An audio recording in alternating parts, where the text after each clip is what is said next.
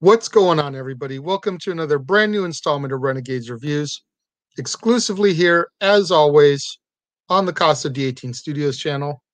I, of course, am the Renegade J.J. Williams, and today I'm going to be discussing from 2017 Checkpoint, starring Kenny Johnson, Bill Goldberg, Mindy Robinson, William Forsythe, Fred Williamson, Michelle Lee, Ricky Harris, Tyler Main, and Kane Hodder.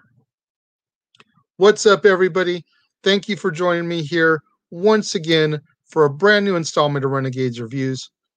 I appreciate you all tuning in for me every day like you do, and let's get right down to business. Our film begins with our main character, Roy, and another man fighting in what appears to be a military barracks.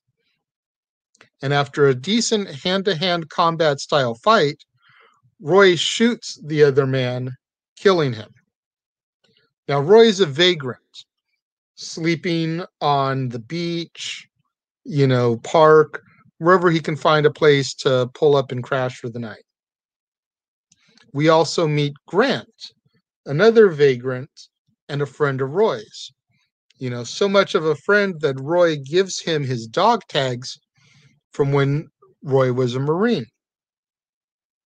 They tell us that it's Friday, which means that Susie's famous dumplings are being served at the local diner.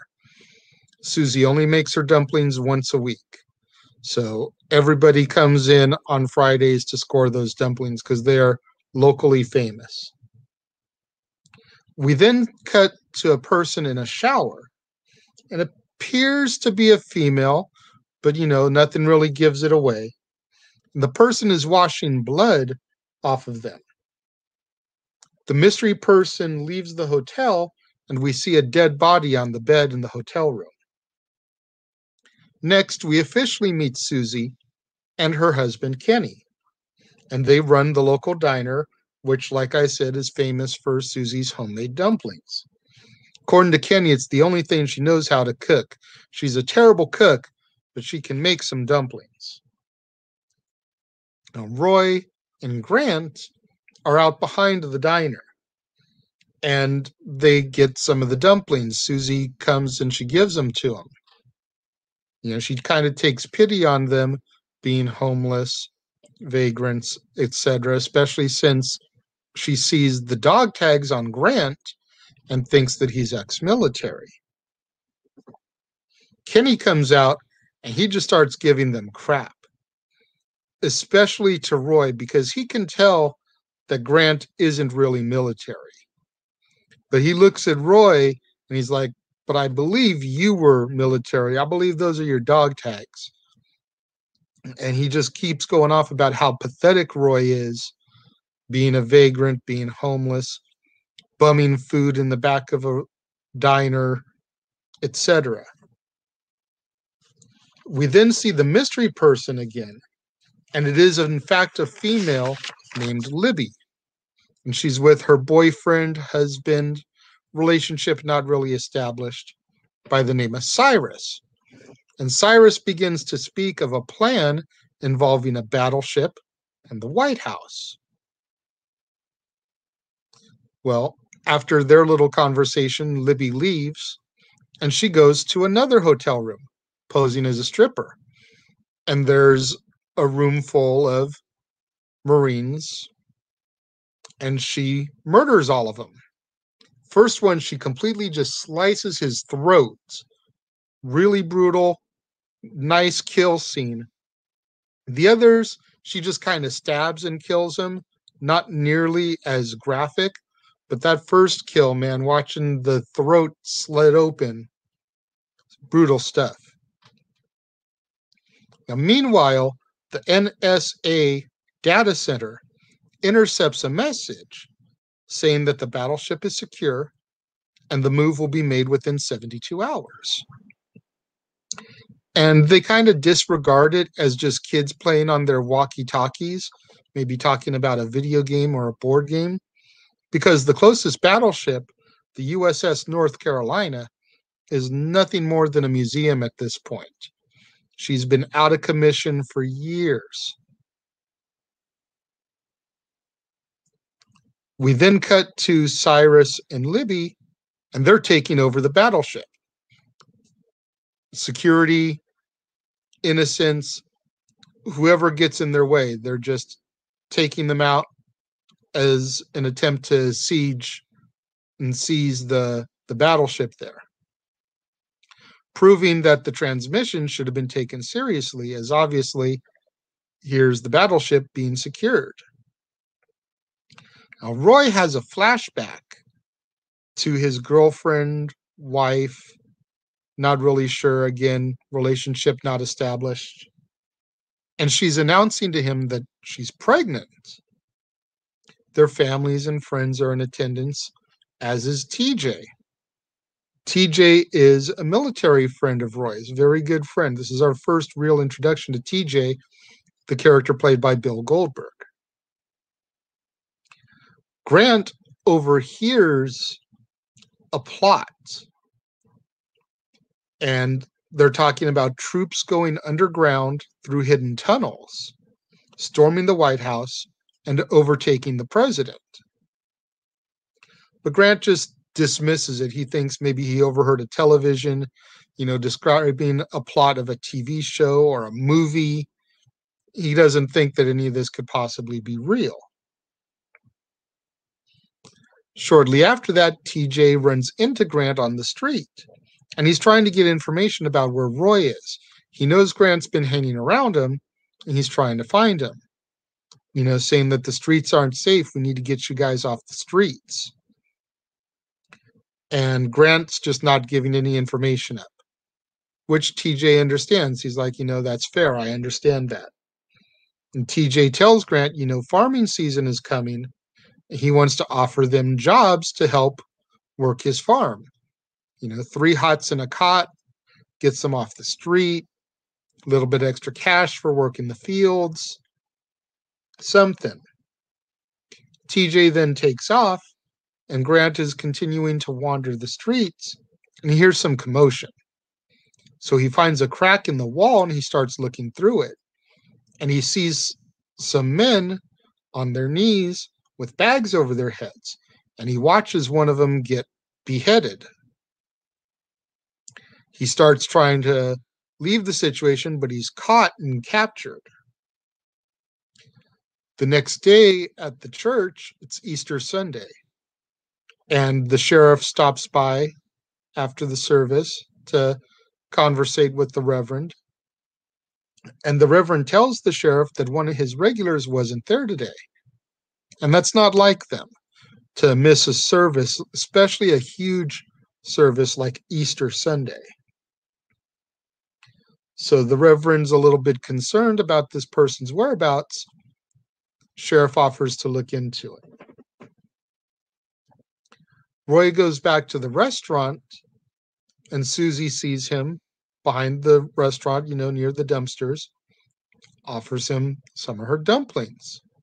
She's about to go inside and get him, and Kenny comes out and catches her, and he begins to harass Roy some more. While this is all going on, TJ is in the restaurant, and he's having a meal with his daughter by the name of Cassandra and her teacher, Rebecca. Also in the restaurant at the time is Deputy Stacks, the sheriff's deputy. And he receives a radio transmission from the sheriff asking him to come out to this house to help with this missing persons case. Deputy tells him, I'll meet you in like 15 minutes. Leaves the restaurant.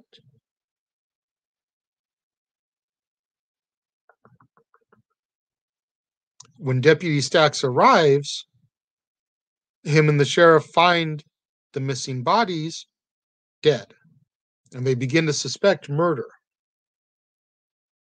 Ray then sees a group of people huddled around a TV in a store window, and the news station is showing video of an execution that just recently took place of these military men.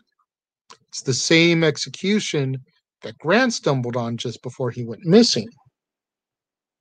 The men that were beheaded were soldiers, Marines. And Roy starts to realize that Grant has been missing ever since this night. He's starting to start and piece things together a little bit. TJ finally finds Roy, and Roy tries to convince TJ that the execution happened in their town of Port Royal. But TJ doesn't believe him. Roy storms the restaurant thinking Susie's involved in this somehow. Roy ends up getting arrested, but he keeps persisting, trying to get someone to help corroborate his story. But nobody wants to believe it.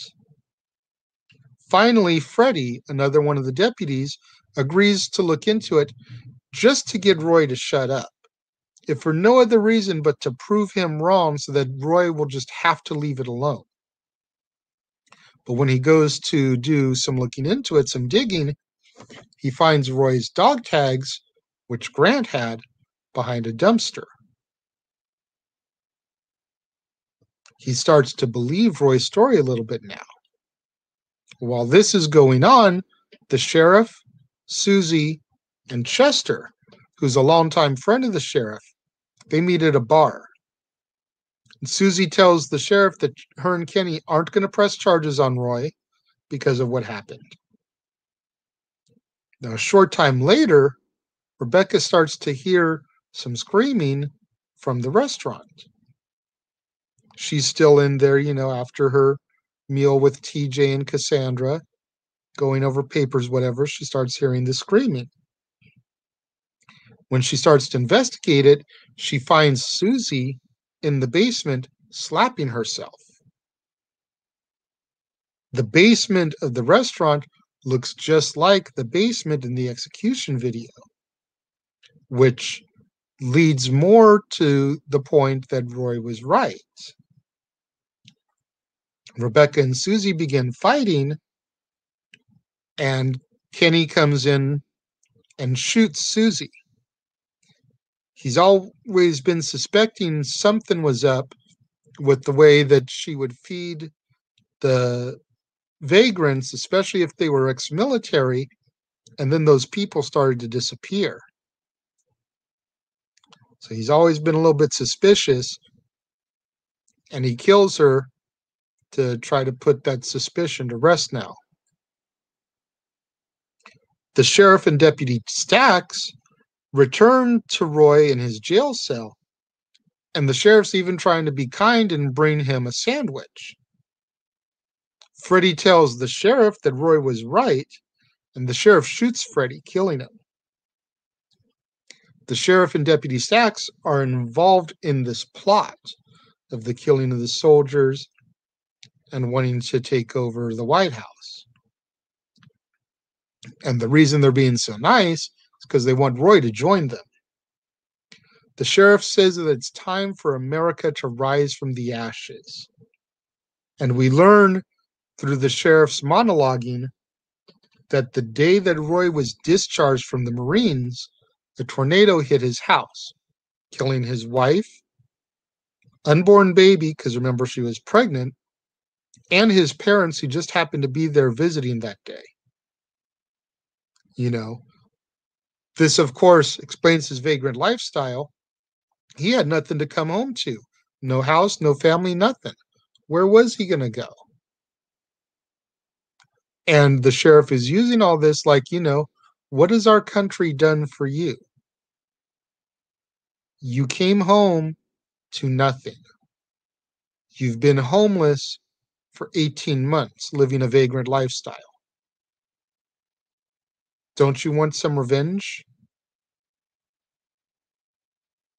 The sheriff says that the USS North Carolina will sail all the way up to the Capitol, and him and his team will take it by force.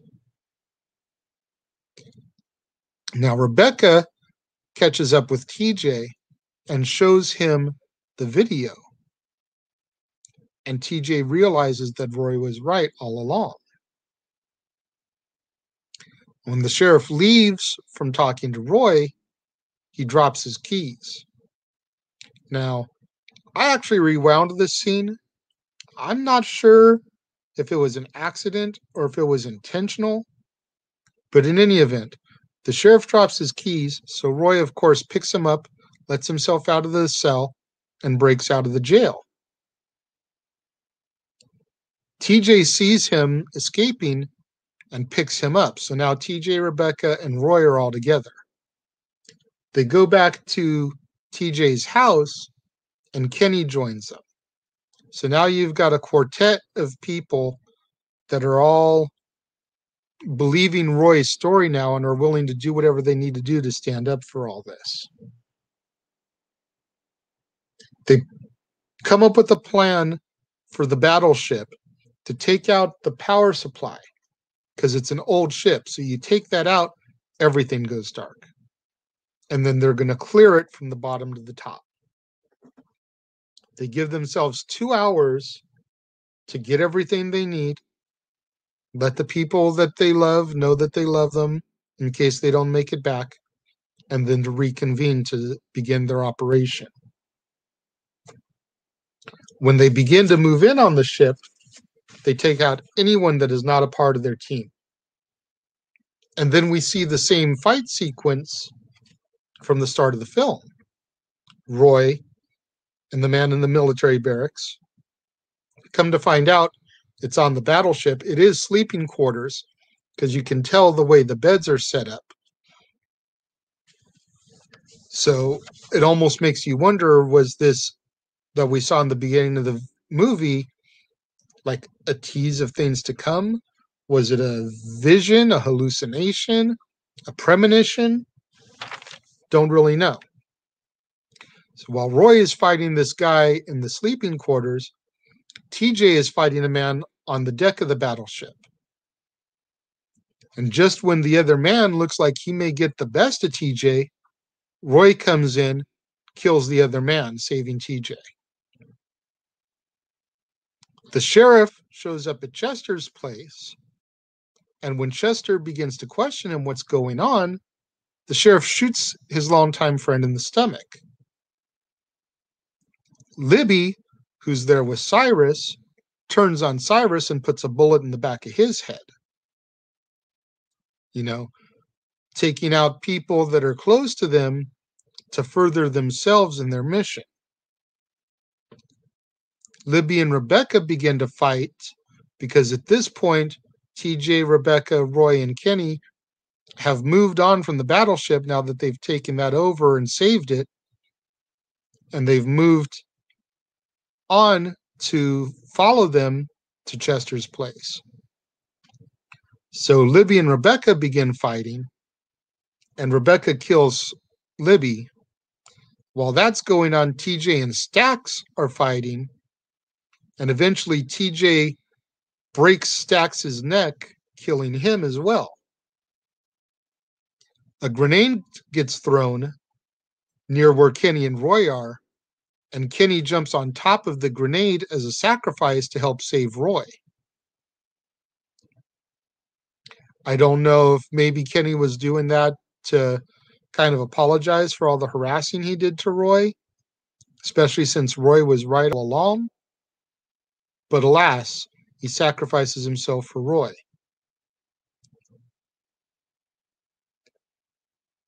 Chester follows the sheriff into an underground tunnel and kills him, paying him back for getting shot in the stomach. Well, during all the gunfire and everything, Roy gets his leg blown off, and he's fading in and out of consciousness. He's dying, essentially. As he begins to fade away, he's seeing visions, and he's calling to his wife, girlfriend, his mother, his father. And TJ kneels beside him and tells him to run to the light. Go join your family, brother. It's all good. And we lose Roy. TJ and Rebecca survive. They raise the American flag, which had been knocked down during all the gun battle. This flagpole holding the flag had been knocked down, so they stand it back up, re-raising the American flag. And our film ends with a quote from Ronald Reagan, dated January 20th, 1981, which says, "The price for this freedom at times has been high, but we have never been unwilling to pay that price." This was a damn good film. There were a couple spots where I was like, can we move on with the storyline? When's Goldberg going to get into this? The only other movies I've ever seen with Goldberg are his appearance in Ready to Rumble and Santa's Sleigh. Ready to Rumble is what it is. People either love it or hate it. I'll be talking about it a little later in the month, so I'm not going to let you know where I stand on it. People either love it or hate it. Santa's Sleigh, most people will say that that film is a piece of hot garbage. I'm not going to argue with them. There's a lot wrong with that movie, but it's also a cool little gore fest for people that like horror movies, Christmas movies, and movies that combine the two holidays. But this is definitely the best I've seen from Goldberg. And you add in the other horror movie icons who are in this film. Okay, so you got Goldberg, who is in Santa's Sleigh as a killer Santa. Then you got Tyler Mane, a.k.a. Rob Zombie's Michael Myers. Then you got Kane Hodder, who was Jason in a good chunk of Friday the 13th films. So that trio right there already had my interest peaked. I do wish we could have seen a little bit more from Kane Hodder and Tyler Mane's characters.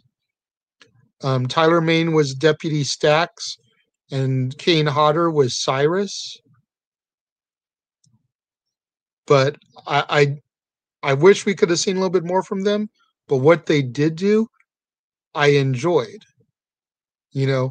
Tyler Mane, other than being Rob Zombie's Michael Myers, the only other thing I really know him from is being Sabretooth in the original X-Men movie. Kane Hodder, I can't think of anything that I really know of him outside of his role of Jason. So it was nice to get to see him do something other than wear a hockey mask and kill people. I did thoroughly enjoy this film. I'm going to give it 3.5 out of 5 stars. Like I said, there were a couple points where I'm like, okay, can we speed this up a little bit? And wanting to see Kane and Tyler do more. But I feel 3.5 out of 5 stars is a very fair rating for this film. Let's make sure we get out there on social media, get those hashtags trending, hashtag Casa D18 Studios, hashtag Renegades Reviews, hashtag Renegade Returns, and of course the ever popular hashtag Shenanigans.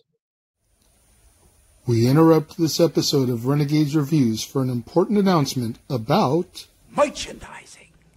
Merchandising? What's that? Merchandising. Come, I'll show you. Merchandising, merchandising, where the real money's made. Make sure you go over to teespring.com/stores/Jeff Meacham Network for all the t-shirts you see here from the West Coast professor, Jeff Meacham himself. You can get shirts for the Jeff Meacham Network, Talk Wrestling, as well as the red and gold Meachamania shirts. And while you're there, don't forget to get your shirts of the Casa D18 Studios Brotherhood, the Dads on Wrestling shirt, the Renegade J.J. Williams, Statboy Sports Bar, and the hashtag Statboy Approved shirt. Make sure you go over to teespring.com/stores/Jeff Meacham Network and score your shirts today. Make sure you tune in tomorrow, right here, on another brand new installment of Renegades Reviews, exclusively here on the Casa D18 Studios channel, when I will be discussing The Reunion, starring John Cena, Ethan Embry, and Amy Smart. Also, make sure you get out there and do what the commercial told you. Go to teespring.com/stores/Jeff Meacham Network. Get you your official merchandise for the Jeff Meacham Network, the logo tee, the Talk Wrestling tee, the Meachamania tee. Get you your official merchandise of the Casa D18 Studios Brotherhood. Get you your Renegade JJ Williams t-shirt. Get you your Stat Boy Sports Bar shirt, your Dad's Not Always on Wrestling shirt, and so much more. Thank you once again for joining me. Leave me your comments in the comment box below. Let me know what you thought about Checkpoint. I appreciate you guys. I will reply to you guys. I might even read your comment on this month's episode of Renegade Recap. So, thank you for joining me, and I will see you guys next time.